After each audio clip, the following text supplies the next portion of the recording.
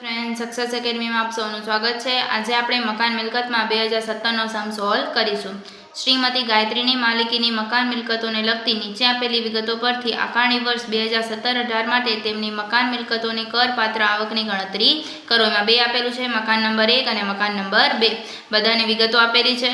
પહેલું આપ્યું છે મ્યુનિસિપલ આકારણી મુજબ વાર્ષિક મૂલ્ય, વાજબી ભાડું, મળેલ વાર્ષિક ભાડું, સ્ટાન્ડર્ડ રેન્ટ, બાંધકામ પૂરું થયાની તારીખ અને 2016-17ના વર્ષ દરમિયાન ચૂકવેલ સ્થાનિક વેરા। એમાં બે વસ્તુ આપેલી છે, અગાઉના પાછલા વર્ષના અને ચાલુના પાછલા વર્ષના। અને છેલ્લે આપેલું છે બાંધકામ માટે લીધેલ લોનનું વ્યાજ। ચલો સૌપ્રથમ સ્ટેપ વાઇઝ આપણે દાખલો ગણીએ। સ્ટેપ નંબર 1 શું છે આપણો?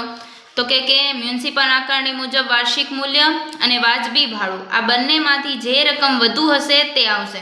એટલે કે 30,000 અને 44,000 એ બેમાંથી વધુ કોણ છે? તો કે 44,000। અને ત્યાર પછી આવે કે સ્ટાન્ડર્ડ રેન્ટ, એટલે કે 44,000 અને 42,000 આ બંનેમાંથી જે ઓછું હશે એ આપણું સ્ટેપ નંબર 1 થશે। પહેલો પોઈન્ટ શું આવ્યો? તો કે મ્યુનિસિપલ આકારણી મુજબ વાર્ષિક મૂલ્ય 30,000 અને વાજબી ભાડું 44,000। આ બેમાંથી કોને નક્કી કરવાનું? જે વધુ હોય તે। અને ત્યારબાદ કોનામાં ચેક કરવાનું? તો કે સ્ટાન્ડર્ડ રેન્ટમાં। એ કેટલું છે? 42,000। અહીંયા 44,000, અહીંયા 42,000। આ બંનેમાં શું ચેક કરવાનું? જે ઓછું હોય તે। તો ઓછું કોણ છે? 42,000 છે, એટલે સ્ટેપ નંબર 1માં કોણ આવશે? 42,000। અહીંયા લખી નાખીએ આપણે મ્યુનિસિપલ આકારણી મુજબ મૂલ્ય અને વાજબી ભાડું પૈકી જે વધુ હોય તે। અને ત્યારબાદ કોણ આવશે? તો કે સ્ટાન્ડર્ડ રેન્ટ પૈકી જે ઓછું હોય તે।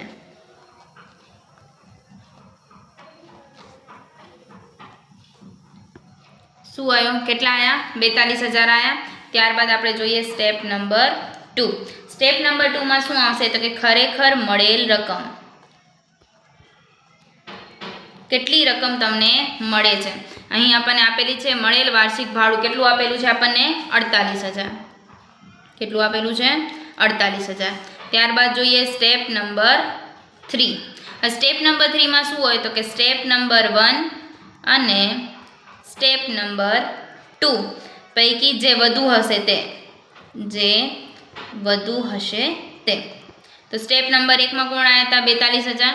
સ્ટેપ નંબર 2માં કોણ આવ્યા? 48,000। આ બેમાંથી વધુ કોણ છે? તો કે 48,000। તો સ્ટેપ 3માં કોણ આવશે? 48,000। ક્લિયર? ત્યારબાદ જોઈએ આપણે સ્ટેપ નંબર 4। સ્ટેપ નંબર 4માં શું આવે? તો પહેલાં તો અંદર આવશે સ્ટેપ નંબર 3ની રકમ। સ્ટેપ નંબર 3ની રકમ કેટલી છે? 48,000 છે। ત્યારબાદ આપણે એમાંથી માઇનસ કરીએ ગુમાવેલ ભાડું। શું થાય? એમાંથી ગુમાવેલ ભાડું શું થાય? માઇનસ થાય। હવે જો અહીંયા ક્યાંય તમને આપેલું છે ગુમાવેલ ભાડું?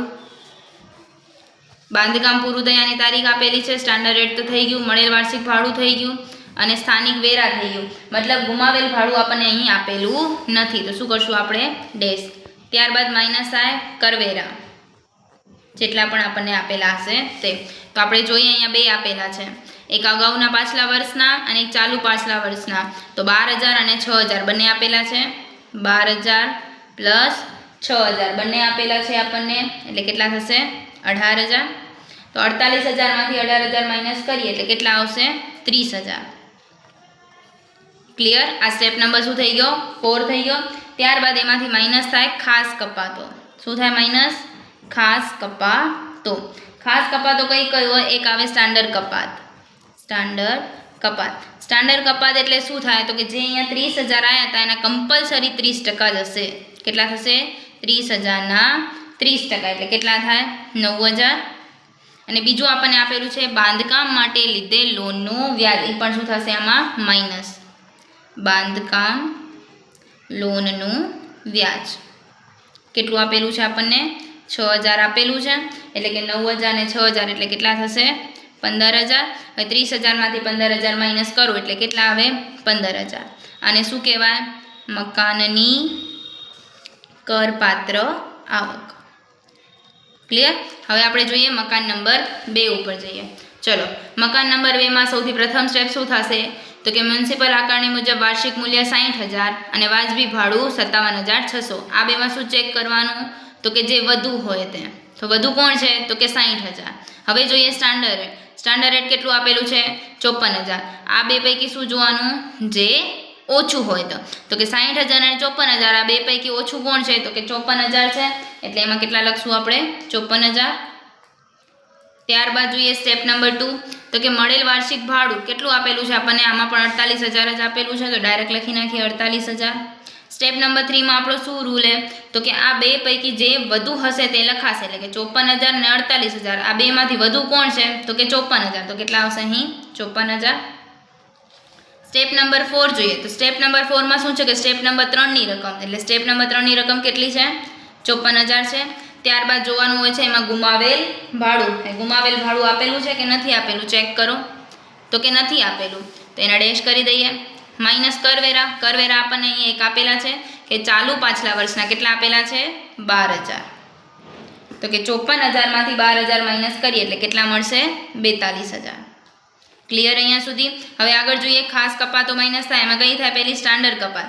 હવે અહીંયા 30,000 ના 30% કાઢ્યા હતા, તો અહીંયા કેટલા આવશે? તો કે અહીંયા લખી નાખું છું 42,000 ના 30%, એટલે કેટલા થાય? 12,600. ત્યારબાદ અહીં લોનનો વ્યાજ જોઈએ. આપણને આપેલું છે, તો આપેલું છે કે બાંધકામ માટે લીધેલ લોનનું વ્યાજ કેટલું આપેલું છે? 9600. તો અહીંયા લખીએ 9600. આ બંનેનો સરવાળો કરી નાખીએ એટલે 22,200. 42,000 માંથી 22,200 માઇનસ કરીએ એટલે કેટલા મળશે? 19,800. આને શું કહેવાય? મકાનની કરપાત્ર આવક. હવે આપણે જોઈશું 2017 નો બી.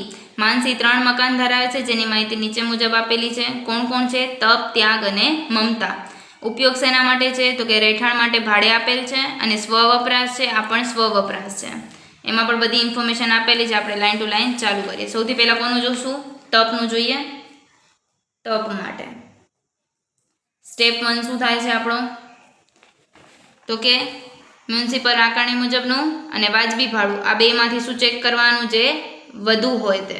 તો કે 90,000 અને 96,000. બેમાંથી વધુ કોણ છે? તો કે 96,000. ત્યારબાદ કોનામાં ચેક કરવાનું હોય છે? તો કે સ્ટાન્ડર્ડ રેન્ટ. સ્ટાન્ડર્ડ રેન્ટ અહીં આપેલી છે? તો કે નથી આપેલી, તો ડાયરેક્ટ જ કોણ આવશે? 96,000. સ્ટેપ 1.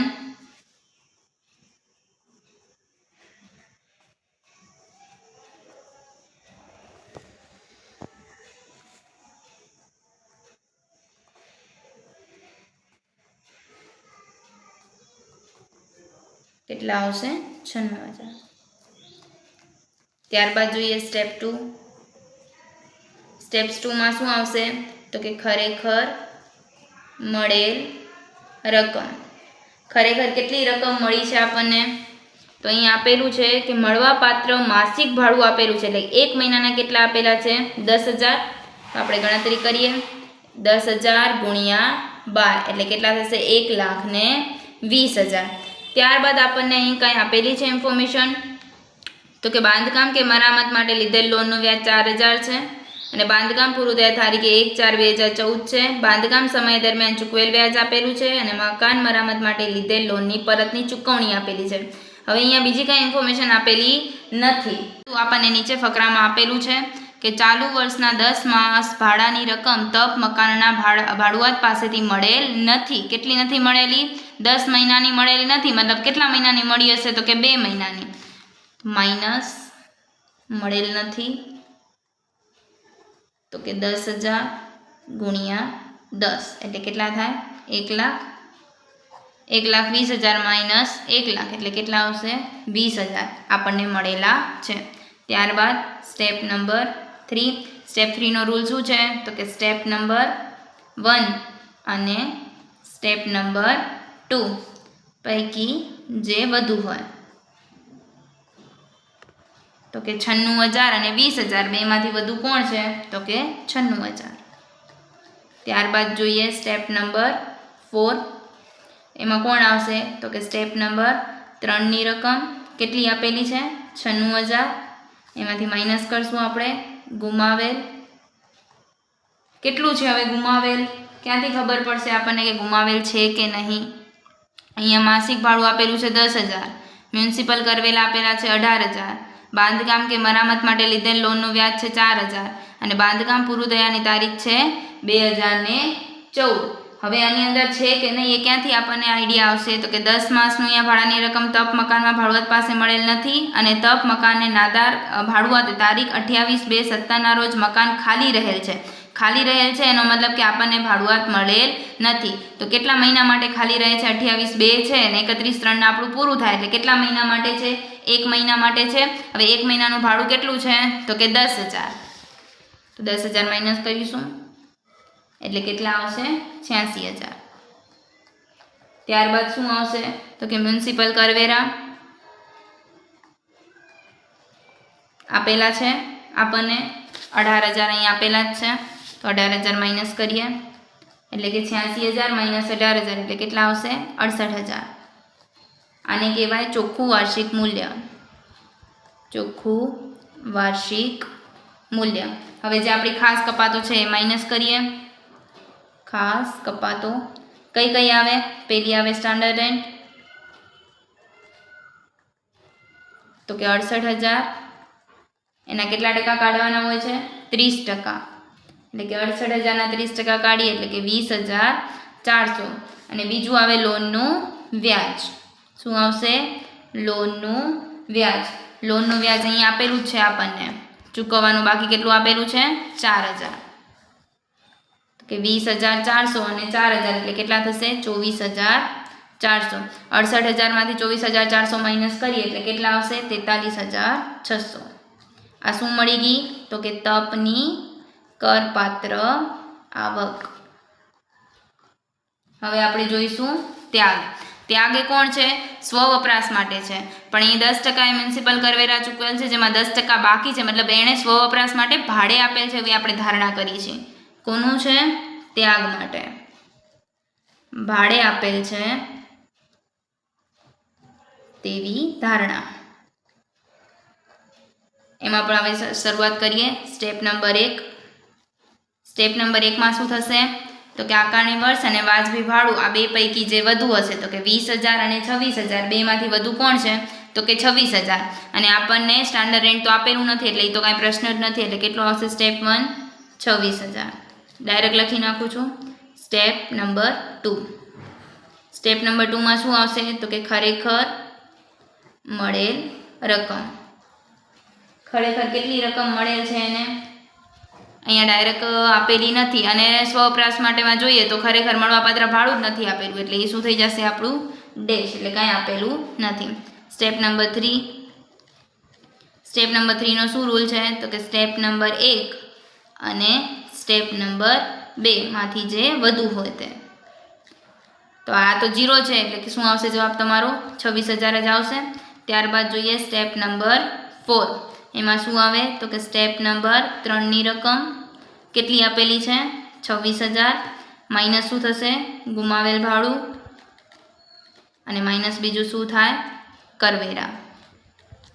તો ગુમાવેલ ભાડું જોઈએ તો આમાં આપેલું છે કાંઈ ઇન્ફોર્મેશન? આપણે જોઈએ અહીંયા તો કાંઈ ઇન્ફોર્મેશન આપેલી છે નહીં. અહીંયા ચેક કરીએ. ત્યાગ માટે ભાડુઆતે 28,000ના મકાન ખાલી કરેલ છે અને ત્યાર પછી તે મકાન ખાલી રહે છે. આકારણી વર્ષ 2017-18 માટે મકાનની આવક ગણતરી કરવાની છે. મતલબ અહીંયા કાંઈ ત્યાગ માટે આપણને આપેલું નથી. મતલબ ગુમાવેલ ભાડું આપણી પાસે છે નહીં. હવે કરવેરા ચેક કરીએ તો કરવેરા માટે આપણને આપેલું છે મ્યુનિસિપલ કરવેરા કેટલા ટકા આપેલા છે? 10%. તો મ્યુનિસિપલ આકારણી કેટલું આપેલું છે? 20,000. તો 20,000ના કેટલા ટકા થશે? 10%. એટલે કેટલા આવે? 2,000. તો 26,000 માંથી 2,000 માઇનસ કરીએ એટલે કેટલા આવશે? 24,000. હવે અહીંયા આપણે ચોખ્ખું વાર્ષિક મૂલ્ય કેટલું આવ્યું? ચોખ્ખું વાર્ષિક મૂલ્ય 24,000 આવ્યું. ત્યારબાદ આપણે ખાસ કપાતો માઇનસ કરીએ. ખાસ કપાતો એમાં સૌથી પહેલી કોણ આવશે તો કે સ્ટાન્ડર્ડ કપાત. સ્ટાન્ડર્ડ કપાત કોણ આવે તો કે 24,000ના 30%. 24,000ના 30% કેટલા થશે? 7200. ત્યારબાદ જોઈએ લોનનું વ્યાજ. લોનનું વ્યાજ આપણે અહીં જોઈએ આપેલું છે કાંઈ આપણને લોનનું વ્યાજ તો અહીં ડાયરેક્ટ જ આપેલું છે કે લોનનું વ્યાજ 6,000.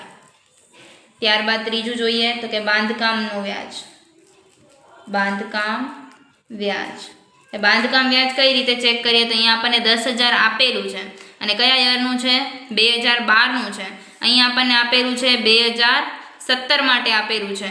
હવે 17 માટે છે એટલે કેટલા થશે? 5 વર્ષ માટે થાય છે, કેમ કે 2012 થી કરીને 2017 સુધી, તો 5 વર્ષ માટે થાય છે એટલે કે 10,000 ભાગ્યા 5. તો એક વર્ષનું કેટલું થશે? 2000 થશે, એટલે કે 7200, 6000 અને 2000 એટલે કેટલા થાય? 15200. 24,000 માંથી 15200 માઇનસ કરીએ એટલે કેટલા મળશે? 8,800. આ શું થશે? ત્યાગની કરપાત્ર આવક. હવે કોણ છે ત્યારબાદ? તો કે મમતા. મમતા માટે આપેલું છે, એ પણ કેવી છે? સ્વ વપરાશ છે, પણ એ 10%ની બાકી ધરાવે છે, મતલબ એ પોતાના જ રહેઠાણ માટે છે. અહીંયા આપણે શું ધારણા કરી હતી કે ભાડે આપેલ છે, અહીંયા શું છે કે પોતાના રહેઠાણ માટે છે. જ્યારે સ્વ વપરાશ માટે હોય અને પોતાના રહેઠાણ માટે હોય તેનું ચોખ્ખું વાર્ષિક મૂલ્ય હંમેશા શૂન્ય થઈ જાય છે. ચોખ્ખું વાર્ષિક મૂલ્ય કેટલું થશે? શૂન્ય થશે. એમાંથી ખાલી ખાસ કપાતો શું થાય? માઇનસ થાય. ખાસ કપાતો કઈ કઈ થશે? પહેલી તો સ્ટાન્ડર્ડ રેટ થાય, સ્ટાન્ડર્ડ કપાત. પણ હવે 0 છે, 0ના 30% તો આપણે કરી નહીં શકીએ, એ પણ શું થઈ જશે? 0 થઈ જશે.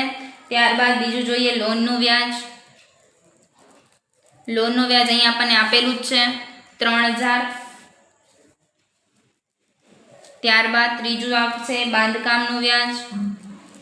બાંધકામનું વ્યાજ હવે એ કેટલા વર્ષ માટે છે? અહીં કેટલા આપેલા છે? 2013 માટે આપેલું છે, અને અહીંયા આપણને 2017નું તો અહીંયા છે, એટલે કે 2018 સુધી આપણે ગણતરી કરવાની હોય છે. એટલે કેટલા વર્ષ થશે? 5 વર્ષ થશે.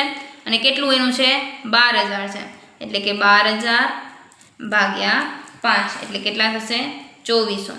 એટલે કે 3000 અને 2400 એટલે કેટલા થાય? 5400 થાય. હવે 0માંથી 5400 માઇનસ કરીએ એટલે કેટલા આવશે? 5400. પણ કેવા આવશે? માઇનસમાં. તો આને શું કહેશું? મમતાની ખોટ. શું કહેવાશે આની? મમતાની ખોટ. Thank you.